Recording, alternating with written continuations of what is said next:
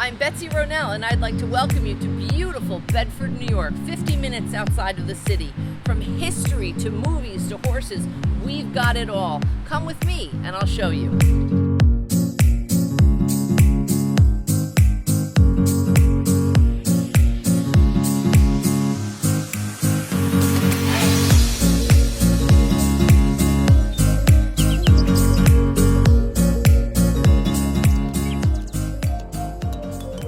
Hello from Bedford, New York, one of my favorite parts of all of New York State, and I'm with the esteemed Lynn Ryan, who is the Executive Director of the Bedford Village Historical Society and the President of the Bedford Village Business Association.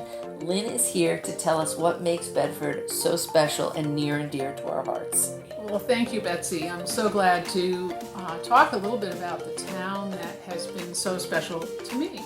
Bedford is a town that really values its heritage, but it is a living village.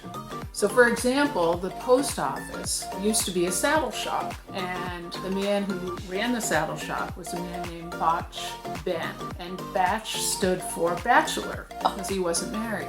So Batch Ben had a little bit of a bad reputation because at night he used to close the shades on the second floor of the post office and play cards with his cronies. So the Business Association is involved with keeping vitality in Bedford.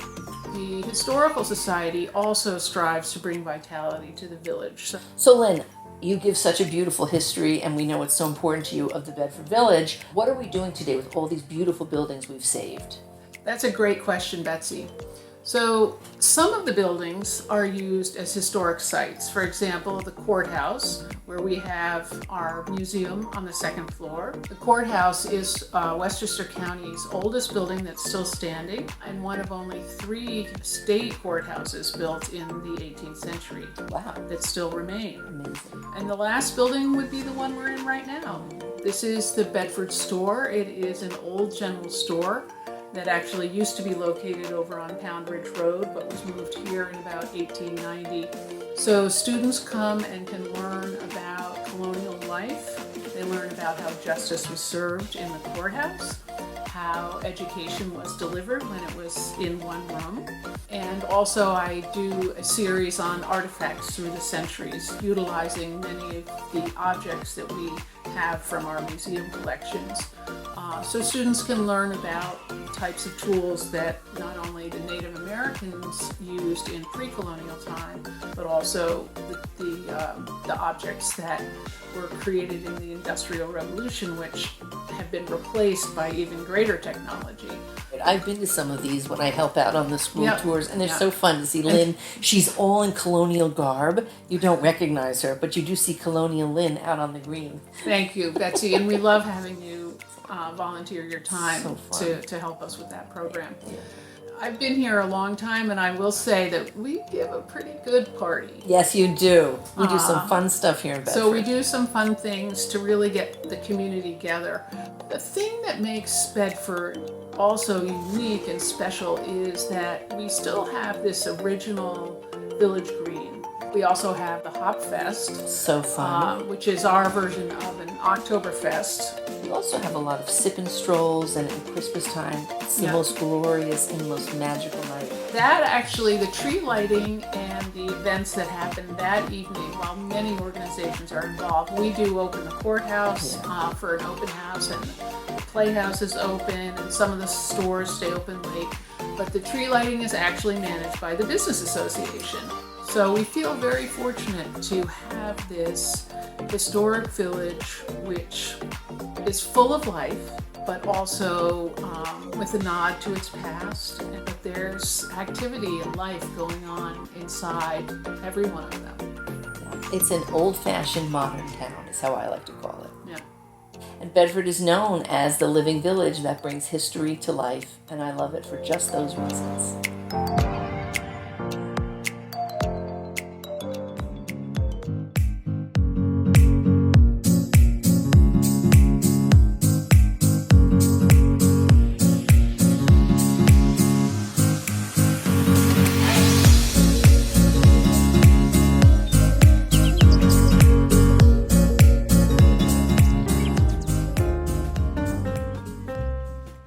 Hi everyone, we're now here at the Bedford Playhouse and I'm with Sarah Long, the chairman of the Bedford Playhouse in Bedford Village, New York.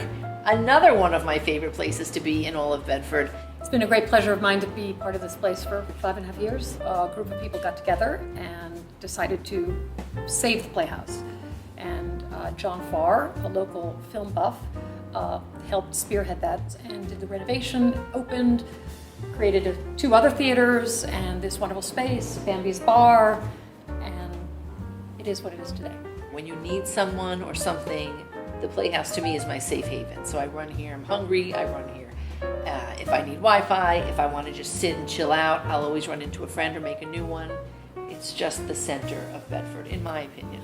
We have a program called Broadway in Bedford, and they're going to be performing big Broadway hits on our lawn. We're going to continue with our series of bringing producers and actors and directors on the stage to talk about their movies.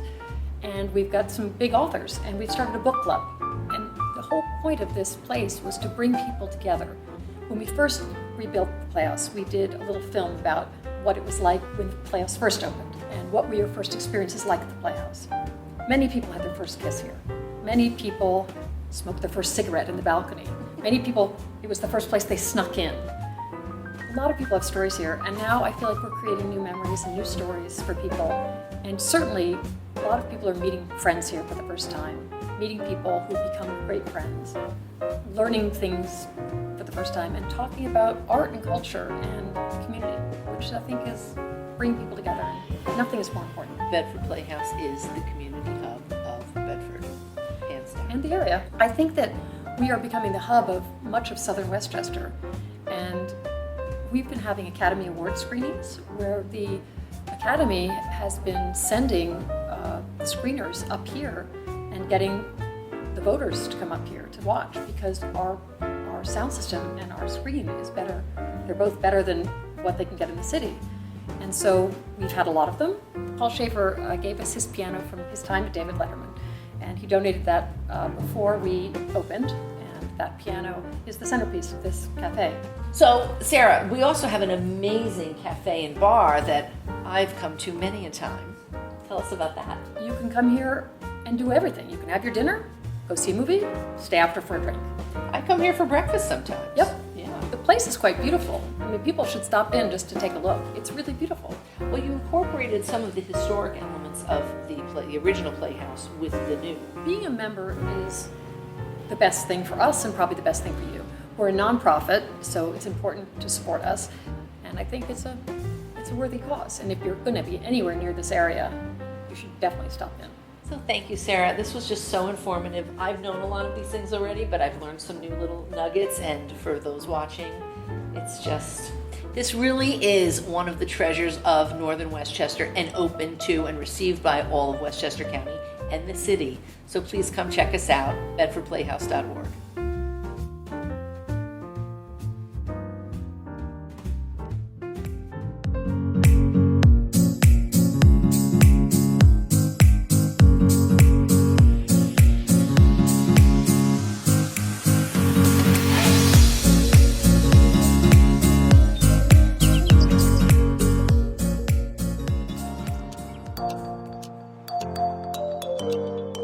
I'm now at the Bedford Central School District. We are at the high school, Fox Lane, right in the center in the heart of Bedford. And I'm with 2 fellow moms. We all have children in the district. I'm Jen Khatari. I am the treasurer of the PTA here at the high school. I've been on the PTAs of the elementary and the middle schools as well. I'm also on the Booster Club for our sports and athletics program. I'm Jody Kimmel, and I am co-president of the PTA at the middle school. Tell us why each of you chose this school for your family. We chose Fox Lane because it is a top-rated school district in academics with a great mix of sciences, arts, sports, and clubs to further those interests that the children have. That was our same experience. We moved here from the city and did a lot of research and chose to come here to Fox Lane because Fox Lane is just so fantastic and so well-rounded. The academic rigor is really just mind-blowing to me. By the time you get to the high school and you have a little bit more of an idea of what it is that you're about, they have amazing programs like our science research program that matches students up with community members in their areas of interest, technology, science. And the teachers are phenomenal. We have a top-notch music program. We don't only have an orchestra, a band, choral opportunities, and a number of award-winning choral opportunities at that. We also have a rock ensemble. We're one of the few schools that does. Our top sports in the high school are wrestling, baseball, swim and dive, and lacrosse. So we have an expression at Fox Lane, Foxes up! What does that mean? That means we have a strong sense of community here. The school supports the community supports the school. We have full stands, we have active alumni. It's really beautiful to see. All the different groups of kids come together and help each other, and it really does warm your heart. We're from such diverse backgrounds at this school, and but it's one school.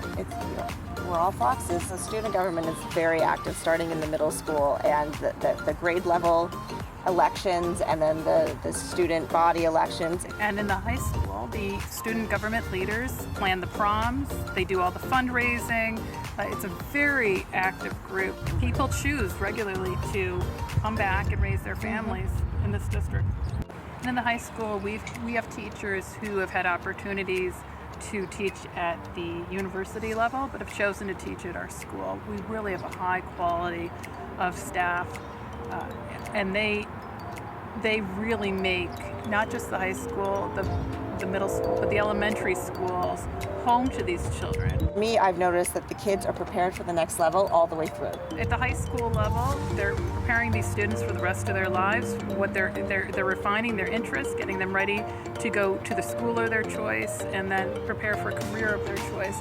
And I'd like to point out that we have this year a female salutatorian and valedictorian. We're proud of that. Girl power. Foxes up!